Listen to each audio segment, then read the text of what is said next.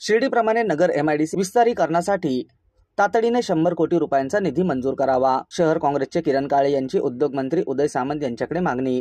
महाराष्ट्र शासनाच्या उद्योग विभागाच्या वतीने 30 जुलै रोजी मुंबई येथे पालकमंत्री राधाकृष्ण विखे पाटील आणि माजी खासदार सुजय विखे पाटील यांच्या पाठपुराव्यातून आणि उपस्थित झालेल्या बैठकीत विखे पाटील यांच्या मागणीवरून शिर्डी MIDCचे रस्ते आणि वीज विकासासाठी 100 कोटीच्या निधीला मान्यता दिल्याची स्वतः डॉक्टर विखे पाटील यांनी समाज माध्यमाद्वारे दिली आहे. शिर्डीप्रमाणे नगर शहरालगत असणाऱ्या वडगाव गुप्ता MIDC विस्तारीकरणाकरिता 100 कोटीचा निधी तात्काळ मंजूर करावा अशी मागणी उद्योगमंत्री उदय सामंत यांच्याकडे लेखी निवेदनाद्वारे शहर काँग्रेस जिल्हाध्यक्ष किरण काळे यांनी बुधवारी 30 जुलै रोजी दुपारी 5 वाजता केली आहे. शिर्डी MIDCच्या डेव्हलपमेंट करिता त्या ठिकाणी 100 कोटी रुपयांचा निधी मंजूर केल्याची माहिती स्वतः या नगर दक्षिण लोकसभा मतदारसंघाचे पराभूत खासदार डॉक्टर सुजय विखे पाटील यांनी सोशल मीडियाच्या माध्यमातून दिलेली आहे.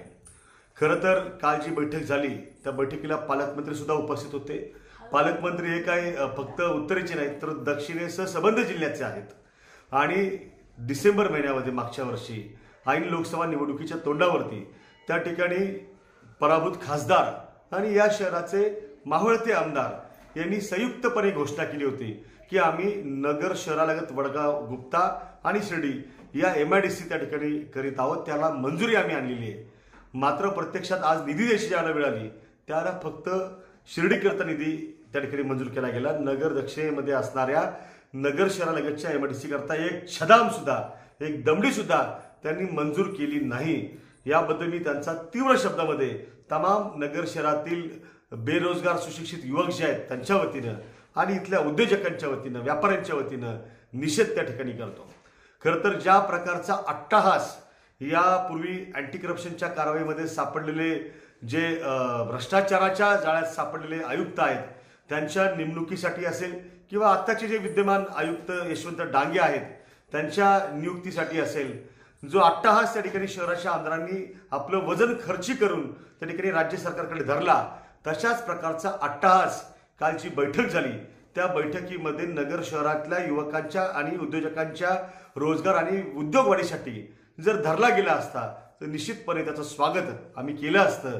मात्र दुर्दैव आहे नगर शहराचं की अशा प्रकारच्या गोष्टींसाठी त्या ठिकाणी कोणतंही व्हिजन नाहीये.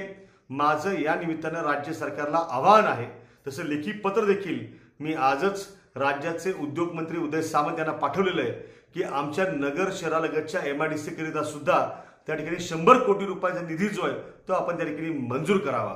मी अपेक्षा करतो की जसं शिर्डीला तुम्ही जी न्याय देण्याची भूमिका घेतली त्याचं स्वागत तर करतोच आहे, पण जी सापत्तिक वागणूक तुम्ही आम्हाला नगर शहराला दिलेली आहे ती त्या ठिकाणी बाजूला करून नगर शहराच्या लगतच्या MIDC करिता सुद्धा त्या ठिकाणी आपण 100 कोटी रुपयांचा निधी जो आहे तो मंजूर कराल.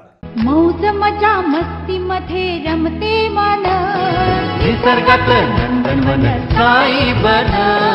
मौज मजा मस्ती मध्ये रमते मन निसर्गात नंदनवन साई बन.